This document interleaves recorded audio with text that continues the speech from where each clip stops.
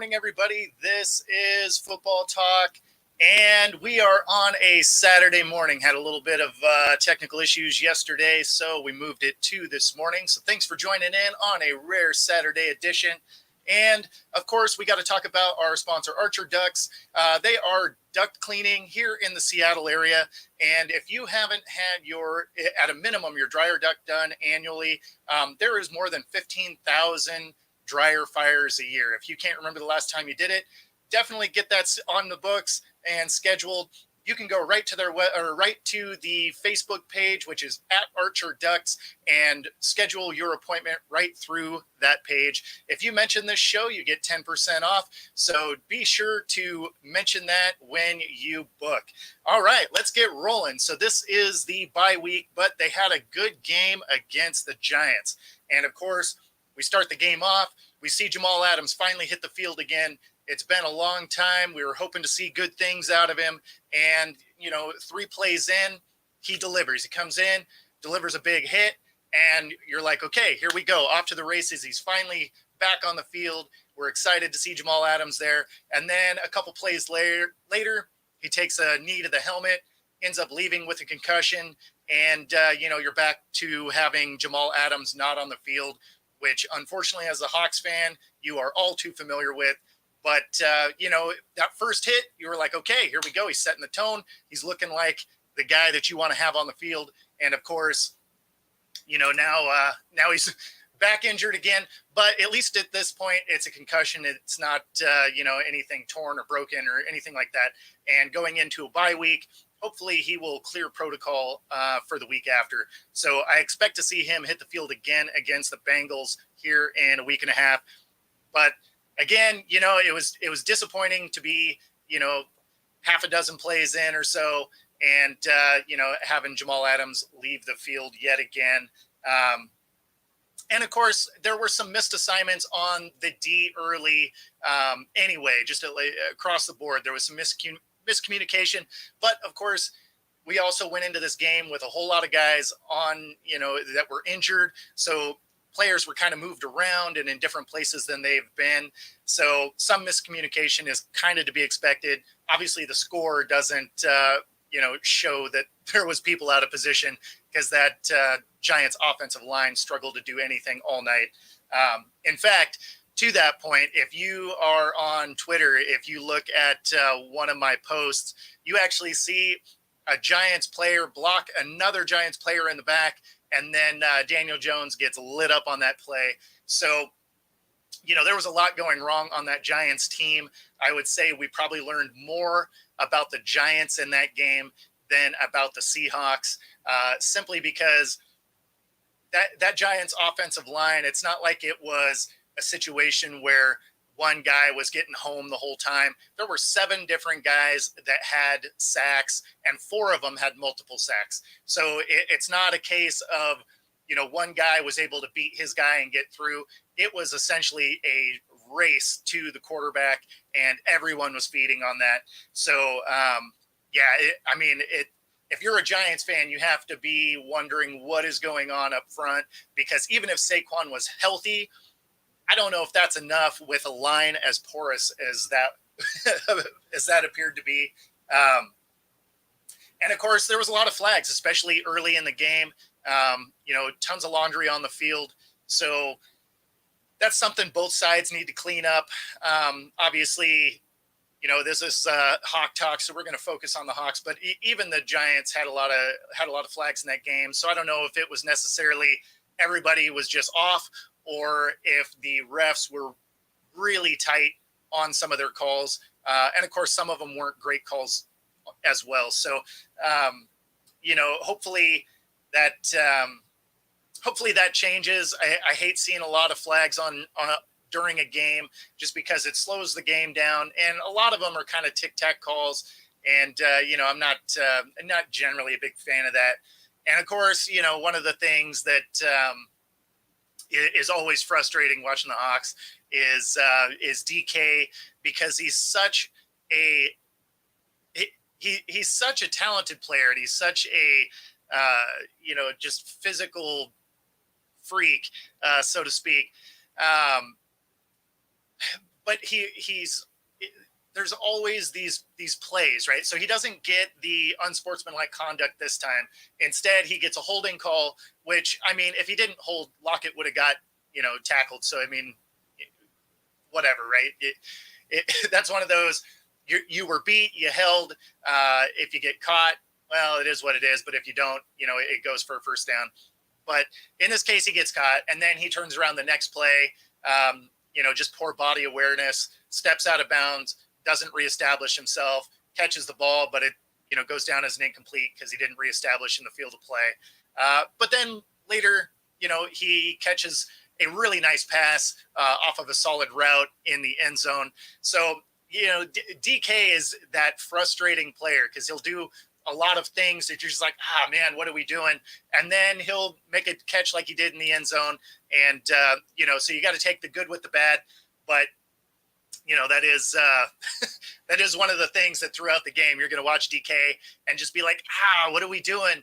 And then, he'll make a good play later and, sort of fix those ill wills, so to speak. And then, of course, the defense did play well, right? Obviously, they created 11 sacks. Honestly, there was probably 4 more that they could have had. Just Daniel Jones is athletic enough to fall across the line of scrimmage. So, obviously, up front, they were getting home all day. They create 3 turnovers, right? You get that fumble recovery, and then you get a couple of picks. One obviously is a 97-yard pick 6. So, the defense was looking sharp, and it's good morning. Some of that is this unit starting to come together, and some of it is that just Giants offensive line was just really bad. So not to take anything away from the Seattle D, they are slowly coming together. It's kind of the trajectory that they've taken over the last couple seasons. They start off really slow, and then they kind of sort to build as the season goes on. Hopefully it won't take as long as it has the last 2 seasons, but we are seeing improvements in places. And of course, the secondary we knew was going to be good this season. That front 7 is that element that we want to see come together. Naturally, going into this game, there were 11 guys on the injury report, not including IR. That was just, injured guys. So it was down a little bit from the week before that had 14, but it was still mostly defensive players. So the fact that this unit played as well as it did was really encouraging. But of course, even in this game, injuries continued to mount. So, like I said at the opening there, Jamal Adams goes down, within the first half dozen plays or so. Gino gets his ankles rolled up on, ends up leaving for a couple of series. You got guard Phil Haynes ends up going down. Damian Lewis goes down. Jaron Reed goes down. It ended up, by the end of the game, you ended up with 17 people between. So, man, thanks for tuning in. It's one of those where you ended up with 17 guys hurt by the end, injury report wise. So as much as I'm not a huge early bye week fan, this is one where this Seahawks team really needed it. 17 players out of 53 is a lot. So that is a huge percentage. And of course, you had a little bit of a scare because Gino gets rolled up on, and you have Drew Lock. He comes in, he goes 2 of 6. So it's not necessarily, he goes 2 of 6. So it's not necessarily like he lit it up, and, he benefited a lot from Noah Fant breaking a tackle, getting down the sideline. I appreciate you tuning in, especially on a college game day, since I know you guys are huge college fans. So it's one of those where there's some hype going into this, and it's a question that I've been asked a lot. We're going to get to those in a minute, but it is funny how fickle people are when it comes to the quarterback of this Seahawks team, and some of it I don't really understand, but All right. Hey, I'll take this one now. In regards to Gino, how long do you think he lasts before you look for a long-term replacement? Um, so this is his contract is really team friendly. So this is something that they will probably only address if his play falls off. I could actually see them re-signing him at the end of it if his level of play continues to be where it is. That really just depends on if coaching stays the same, because that would make his contract end at the same time as Pete Carroll's and John Schneider's. So if there was a new coaching GM regime coming in, they may move on from him. This offseason, because Locke just has a 1-year deal, I could see them bringing him back yet again. So, I mean, as long as the gameplay doesn't drop off, I don't see them moving on. If it does, they have easy outs. Then who knows, right? Who knows what they do from there, because that'll depend on where they fall in draft order, who's available in free agency. So there's a lot of just kind of interesting pieces that have to come together if they decide to move on. Not happening. Tough to say. It really depends on the level of play that continues to be out there. That being said, he continues to play very, very good, efficient, smart football. So I don't see them moving on, in the near future, unless his gameplay just falls off the map. And then, of course, let's talk a little bit about Devin Witherspoon. He had an amazing night, ends up being defensive player of the week. He ends up with a couple of sacks, a couple of tackles for loss, a pick six, just a super great night for the rookie out there. So that was awesome to see. And then, of course, Tariq Woolen on that pick six of Witherspoon ends up hitting the benchmark for speed in the league so far this year. Hits 22.25 miles per hour to get down the field and block for Witherspoon to get him into the end zone. So it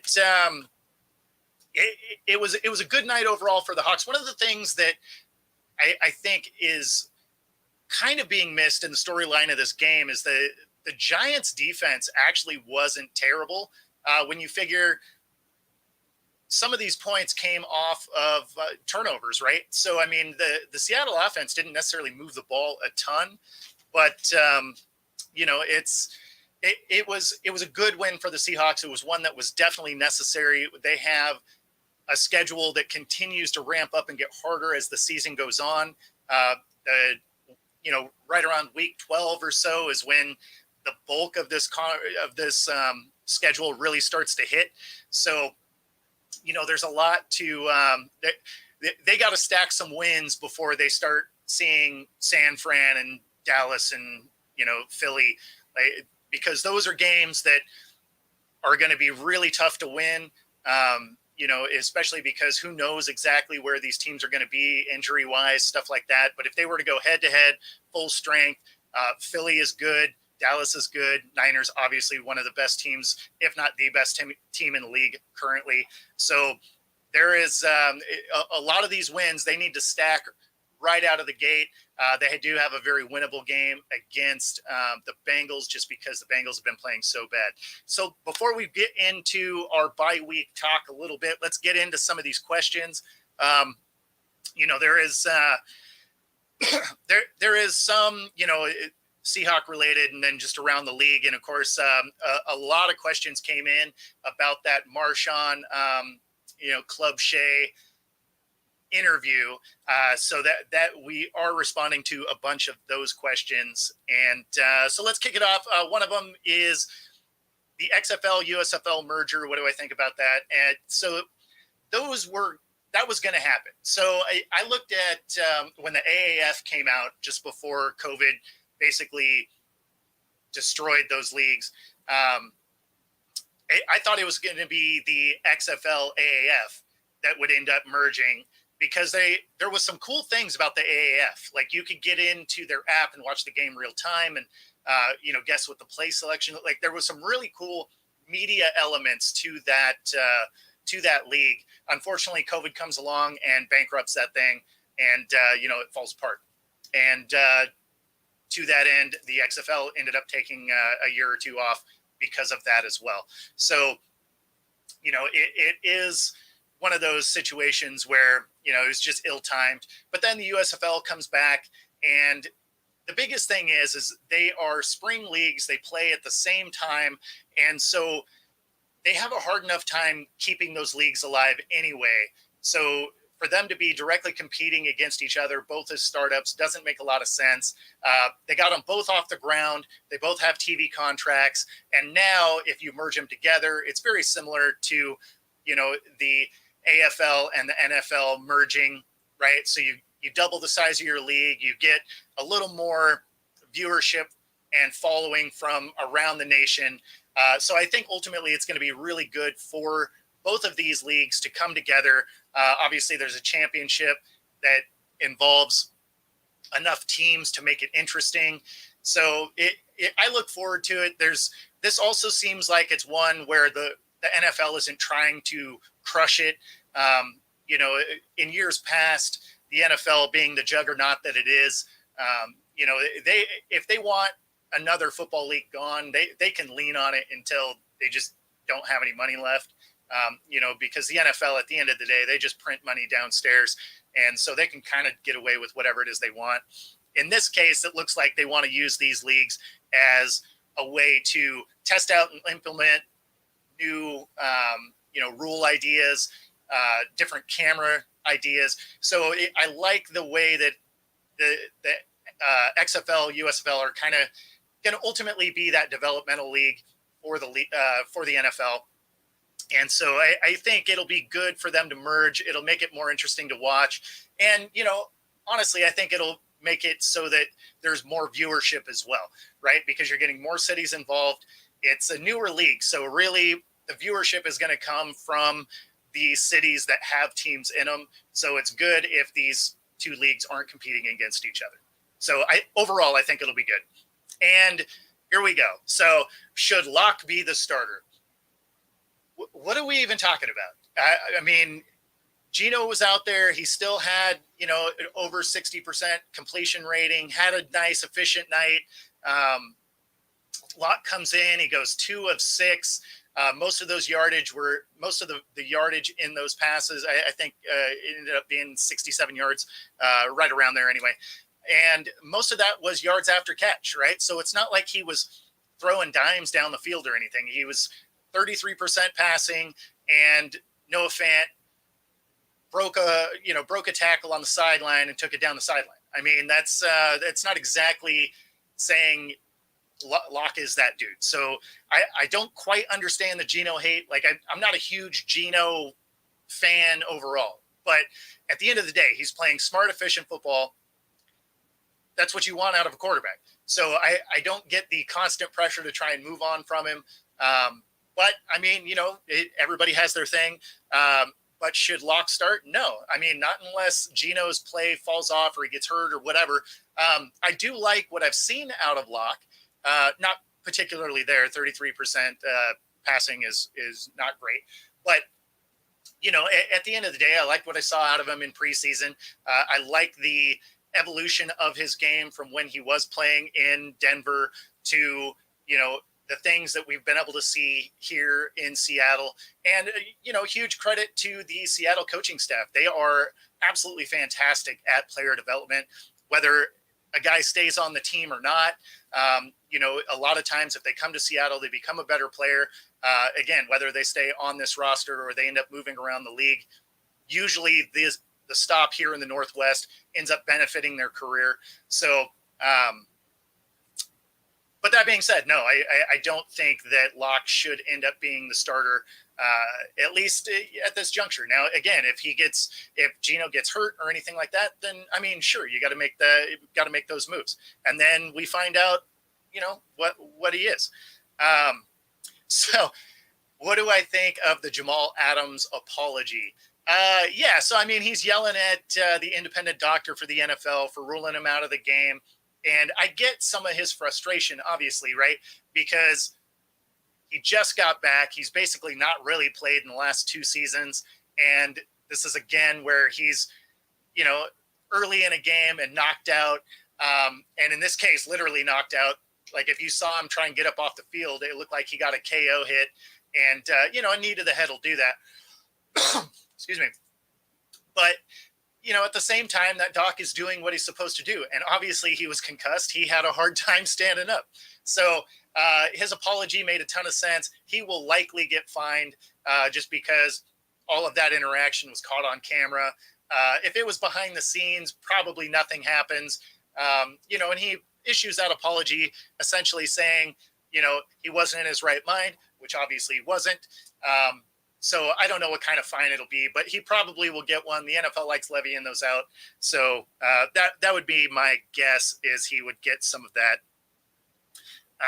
All right. Am I going to check out the new Legion Sports Bar here in Bellevue? Of course, right?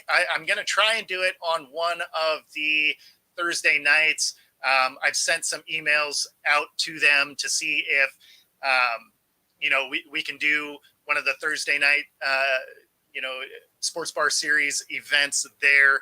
I haven't heard back yet, so I don't know. But I'll check it out either way. Maybe go in for one of the Hawks games on a Sunday or something like that.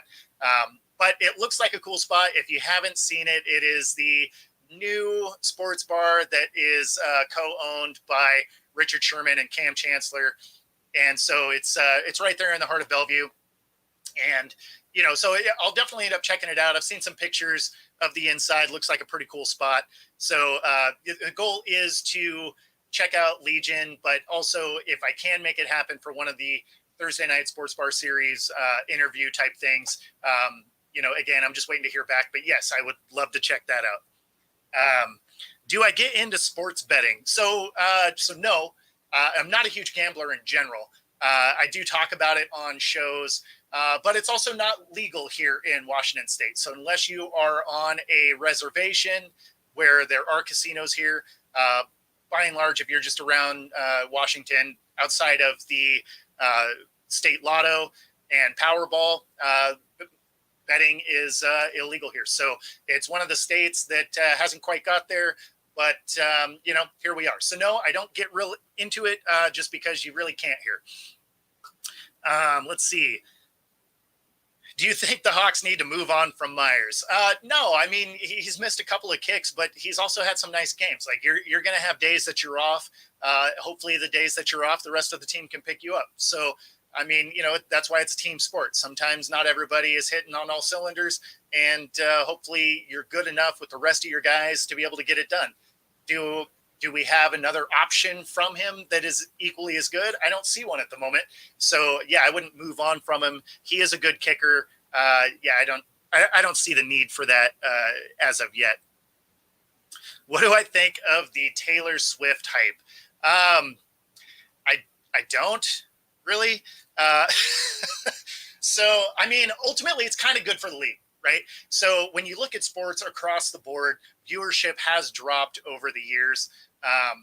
And it's continuing to kind of go that way. Like if you look at TV ratings, you're seeing, still high ratings in certain spots, but just viewership overall has declined a bit. Just like, kids getting into the sports has declined a bit. So bringing the NFL to a fan base that, let's be honest, probably wasn't watching football before, is, it's not a bad thing for the league, right? Like it sparks interest back in, do I think they're spending a little too much time on it? Yeah, probably. But, this is one of those marketing opportunities where you strike while the iron's hot, right? So there's a lot of hype around it. You might as well capitalize on it if you can. One of the things that's funny, though, is I'm generally talking to people that have either played football or at least watch it consistently. And now, because of this Taylor Swift situation, you're starting to get people that never watched the sport. And so I'm getting asked questions that, it's almost assumed knowledge because of who you're generally talking to. Like if you're watching this show right now, the odds are you're probably a football fan. And so now I'm getting some questions that are really basic questions that, you don't really, think about too much. So, I got asked the other day what a safety is. And, again, when I'm talking to a, not even necessarily an avid football fan, but just like your casual watcher, you generally still know what a field goal or a safety or a touchdown, whatever. You may not know the intricacies of a play layout or why a flag was thrown or something like that. But so now I'm getting very, very basic questions, which I don't mind. There's nothing wrong with that. I like that the sport is growing in that way. But that being said, do I think they're just making too big of a deal out of it? Absolutely. And when they ultimately break up, which probably will happen, who knows what they do. Or maybe this is a huge marketing thing to maybe change the intro music to Sunday Night Football from Carrie Underwood to Taylor Swift. Who knows? I mean, the marketing machine for the NFL is unbelievable. So who knows exactly how that's going to play out. But, at the end of the day, it creates more viewership for a sport that I like. And there's nothing wrong with that. All right. So we got, does the running back position have a resurgence? So depends on what it is you mean by that. It's a little bit vague, but I will say that the actual running back position will probably kind of come back around a little bit. And the only reason I say that is in the future, you're going to be able to rush if you have a power back, because you're seeing linebackers get smaller and faster because you're ending up with a lot of running backs like a CMC who is good in the passing game. They're quicker, not necessarily a great power back up the middle. And over time, if you see offensive linemen and linebackers start to get smaller and faster, well, then if you have a power back, if you end up with a guy like a Derrick Henry, it's going to be harder for those guys to actually tackle him. And so you may see the emphasis of a running back come back. It's, obviously that would be years down the road from where we currently are. But I do think you end up seeing some of that come back just because, the league is kind of a cyclical thing, right? Like you try something, everybody copies it, and then you kind of try something else because you got to find a way around the way the entire league has now started to play. So, I think running backs come back. Does their pay come back? Man, your guess is as good as mine, but it needs to. It's an important part of the game. It's a really important position, and it's a position that honestly gets hurt a lot. So if they could maybe make their initial contracts shorter so they have a shot at the, bigger contract sooner, something like that. Something has to be done to reward a position that really gets beat up unlike any other position on the field. All right. Wagner says that this team hasn't hit its potential. Do I agree? Absolutely. This team has a ton of potential, and it's largely been hurt. Again, at the beginning of the show, we were talking about how last week or the week before, there was 14 people that were injured.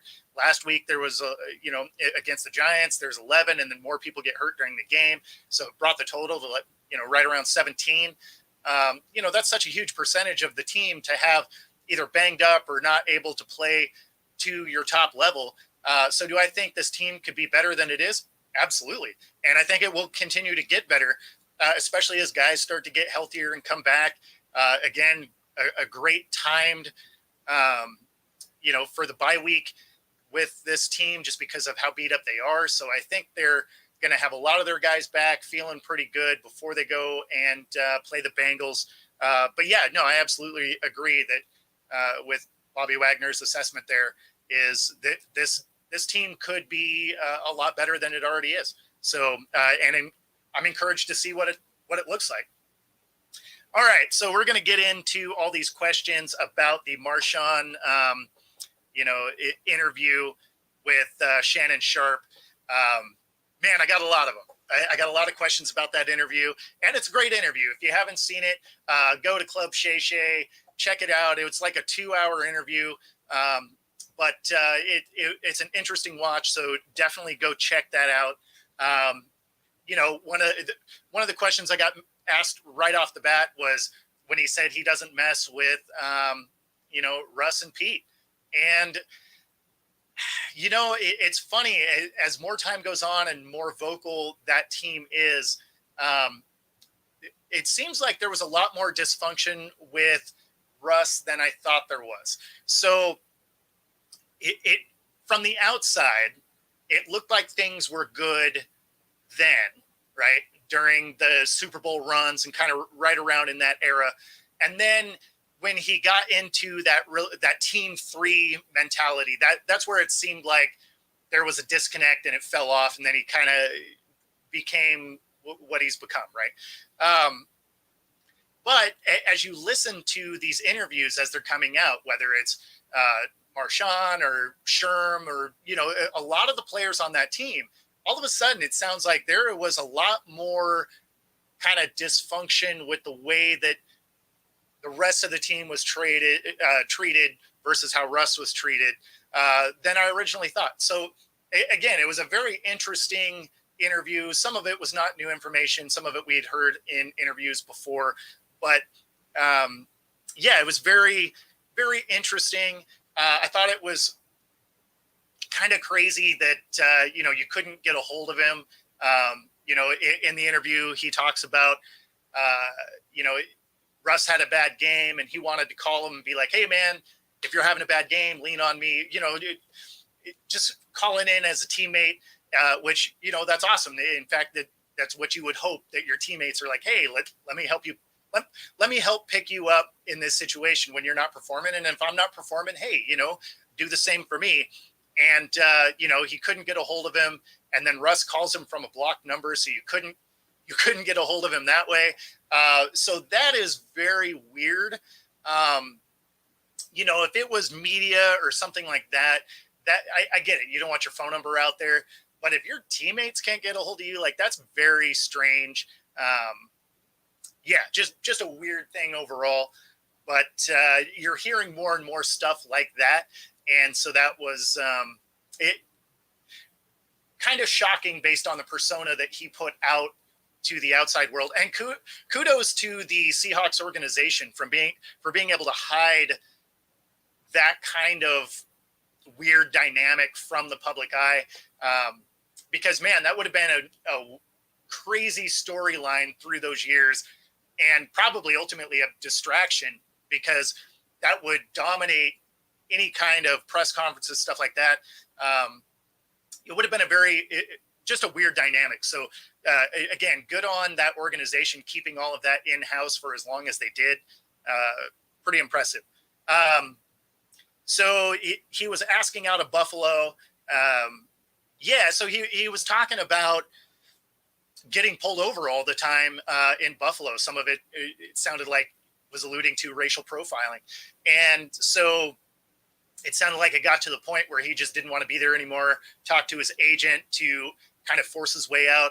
And honestly, it was great for his career because he lands in Seattle and, ends up winning a Super Bowl there. And like a lot of things went right in his career after moving to Seattle. So he really likes the city of Buffalo, but it's one of those, it ended up being better for his career overall to move on. Let's see. So wouldn't hold Russ accountable. Don't talk to him directly. So that was a crazy, crazy thing. So a lot of times quarterbacks don't necessarily get the same treatment as the rest of the team, right? They're the face of the franchise. They get all the money. You kind of get it, right? Like they're invested heavily in these guys. Wilson was clearly the face of the, trying to be the face of the franchise. He beats out Matt Flynn, who just got paid $17 million and never stepped foot on the field. So, I mean, there's a lot they were trying to build around Russ when he first got there. But then it's a little bit crazy when you have, Pete saying, hey, don't talk to Russ. If you have something to say to him, say it to me first. That seems crazy because that would absolutely create a resentment towards that player if you know, if we can all get yelled at for doing something, but we're not allowed to talk to you about something you're doing, that seems insane to me.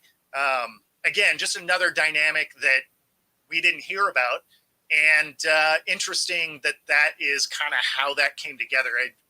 Very surprising. And again, amazing that they were as good and as quiet about it as they were able to be. Let's see. Oh, so him getting fined. So he started coming out because he was getting fined for not talking to the press and whatever, and then they started going back to ones that he had missed the year before and doing subsequent fines for that. And so I guess at one point he ended up with a little over $1 million in fines, which is crazy. And it was funny because the way he was describing it in the interview was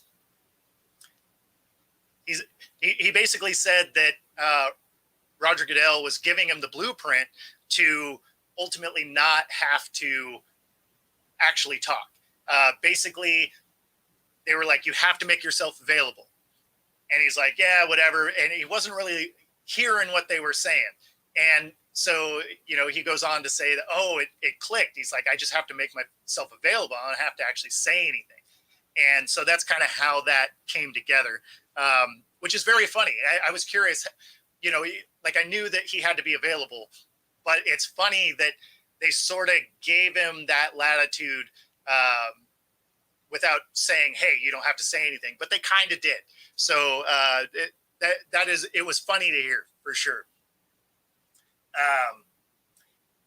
Beast Mode has his own cannabis company. Do I smoke because I live in Seattle? So I don't smoke. I never have, but it's one of those, it's not for me. I've tried an edible before. They don't really work. It's funny because, I have a lot of friends that are either in that industry or, make edibles, stuff like that. And so if you were smoking weed or, if you're eating edibles, right, your average edible is like a 10 milligram, thing, whatever candy it is they're producing. And then for it to have any effect on me, it's 100 milligrams. So I don't do it. It wouldn't be cost effective anyway. I don't particularly enjoy anything that came out of that. So, I just drink beer and, have a good time that way. So no, I don't smoke. Let's see. Oh, his relationship with Aaron Rodgers at Cal. So this is something that I didn't know. Like I knew they played together, but definitely go back and check out kind of how Rodgers treated Marshawn when they played at Cal together. It's very cool. It gives you something that you didn't know about Aaron Rodgers. He's kind of that weird guy, and he kind of is just his own person. But he really gave Marshawn Lynch his shot. At Cal, he was he basically said, hey, put 24 out there, and it ended up being a really it springboarded his career at Cal. And so very, very neat. Definitely go back and check out that part of even if you don't watch the whole thing, check out that part. It's very cool. It lets you see kind of how Lynch got his start, and then also kind of gives you some insight onto, some of Aaron Rodgers. Like it was very cool. It was very neat setup. Do you think they didn't rush him on the one to keep Lynch from being the MVP? What did I think of the play? So here's the thing about that play is they had one timeout, right? It's not a bad play call. Generally, so they had one timeout. It's second down. You're on the one. Lynch obviously ran down the field mostly, but he did struggle to pick up 1 yard throughout the season. So, I mean, like there is that element. They were stacking the box, but you only had one timeout, right? So you figure you have to throw once to be able to get all four plays or all all three remaining plays. So say you throw it on that first play, you're thinking worst case, it's going to be an incomplete pass, clock stops. Then third down, you rush it, it gets stopped. You can still stop the clock. You can get all of the plays in. Now, they could have reversed that order, right? They could have handed it off and then stopped the clock and then used a pass play there. But the thing is if you get sacked, you don't have the ability to stop the clock. You also can't spike the ball, right? So there's an element there that could be a real problem. So I don't actually hate the play call. I don't think it was a conspiracy to keep Lynch from being the MVP. But, you know, if they would have had 2 timeouts, then yeah, you just smash it up the middle 3 more, you know, and you're probably going to get there once, right? So, but because they only had the ability to stop the clock 1 time, throwing the ball didn't, you know, was a smart call. And then doing it to a slant, it's a pretty safe play, right? Because generally, if you have a safety breakdown, they're going to, you know, basically create an incomplete pass, right? Because your body should be in the way. Now, the play that Malcolm Butler made was impressive. So you can't take anything away from that. But, I mean, ultimately, the play call wasn't terrible. The outcome was horrendous. So that's kind of the way that I look at it that way. But from a schematic standpoint, it was the best way to be able to get 3 more plays in before time expires. Am I surprised that the issues with Russ started early? Yes, because they were so good at keeping that tight-lipped and in the building. I had no idea that the issues with Russ, you know, again, this is all hearsay, but it's hearsay by a lot of people. So, I mean, you know, there is some of that to it. But it sounds like it was kind of right away, right? And so that is kind of a bummer, I guess, because you almost look at that team a little different, knowing that they were kind of fighting some weird personality clashes, I guess we'll call it, immediately. So, I mean, it really looked like, from the outside, it looked like that kind of happened after the loss in that Super Bowl. Like that 2015 year was the year that you kind of started seeing that dissension amongst the teammates. But, you know, based on this interview and some of the other interviews that we've heard, it sounds like it really kind of started even on that first Super Bowl run. So, yeah, I was a little bit surprised. Do I think Lynch is a Hall of Famer? I think he gets in. Yes. You know, he played for, 12 years, and, you know, he rushed for, you know, over 10,000 yards. He's just outside the top 25 as far as all-time rushing yards. He led the league a couple of times in rushing touchdowns, although he never did, lead the league in rushing. You know, he never won the rushing title in any given season. His best year, he had 1,590 yards, which that's an awesome year. The problem is he just happened to be going against Adrian Peterson's just hallmark year, where he had 2,097 yards and was really close to breaking Eric Dickerson's all-time single season rushing record. So he ended up being, I want to say it's like 8 yards away from setting the all-time record. So he just happened to have his best year at the same time that Adrian Peterson was absolutely killing the league.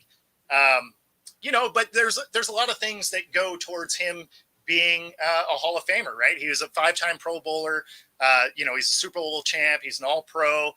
He was an All-Decade, All-Decade player, 2010s. He was on the top 100 quite a few times. The biggest thing that I think makes it so that he ends up getting into the Hall of Fame is the fact that you can't tell the story of football during that era without mentioning Marshawn Lynch. And since Hall of Fame isn't just stats, it's also a voting process. Nobody's going to look at Marshawn's career and with all of the things he did well, hold him out, because again, you just can't describe that era of football through the 2010s without Marshawn Lynch and Beastquake and, some of the other really dynamic runs, Beastquake 2, basically when against the Cardinals, stuff like that. So, I mean, I think he easily gets in. Stats alone would probably get him in, but for all the things that he did in and around the sport as well, I think really pushes him over the top. And yeah, he gets a gold jacket for sure. All right. Yeah. Okay. So let's talk a little bit about our bye week here. Obviously, the biggest thing that I'm looking for is this team to get healthy. We don't really know what this team can do because people have been hurt from the get-go. And I really want to see, a lot of these guys kind of come back from being beat up so that we can see what this team can really be. I mean, there was a point where you had 3 defensive linemen hurt. You had 3 linebackers hurt, 2 corners and a safety. And I mean, the fact that that defense was performing as well as it was with guys banged up like that is impressive. So if we can get these guys healthy so they can really be flying around the field, that'll be awesome. So that's probably the biggest thing that I'm looking for out of this bye week. So we can't get too far into what it is we're going to see out of the Bengals. So I'm not going to talk too much about that next game coming up because they obviously have a game this week, and they're playing the Cardinals, right? And the Cardinals are playing really scrappy football. Like, they did not get the memo they're supposed to lose. That team is playing some inspired football. You can tell that they just don't have the roster that some of the teams that they've been playing have, but they're not out there trying to lose for sure. And I think they can beat the Bengals. In fact, in my pick'em this week, I have Arizona taking down the Bengals. And the reason for that is the Bengals defense isn't great. Burrow is slowed because of that calf injury. And why I don't know that we can really talk a ton about this game with the Bengals is there's a really good chance if the Cardinals do pull that win off, that Burrow isn't even playing against the Seahawks in week 6, because you may just shut him down to get healthy if you start the season 1-4. Because, I mean, it's, yeah. I mean, do you risk the injury of your now highest paid quarterback in the league in a season that has already kind of got away from you, and in a division, or in a conference, I should say, that you probably don't make a wild card spot if you start 1-4. And, and then with that being said, if you get a healthy Seahawk defense that, can create some disruption in that backfield, again, do you want to risk the guy that you just backed up the Brinks trucks for in a season where, you're already kind of not on a winning track? So we can't get too far into the Bengals, but I want to say if Burrow is still hurt and they lose to the Cards, there's a really good chance that he's not in for that Hawks game, which obviously makes it a easier task for this Seahawk defense if Burrow isn't there. But even if he is, if he's still kind of injured, he's not nearly as mobile as, when he's fully healthy. So I kind of look at it as we can't get too far into it, but I do think that is a very winnable game for the Hawks coming out of a bye week where they get healthy. They get 2 weeks to watch and prep for this team. The Hawks are generally pretty good out of a bye week. So I do think that's a very winnable game for them.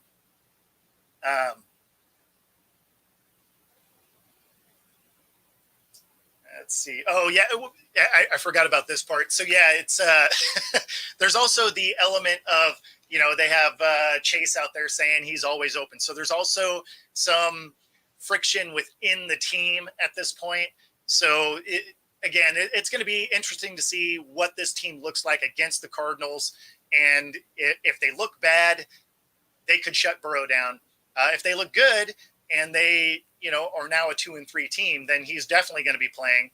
And, because they can try and claw their way back into, contending at least for a wild card spot.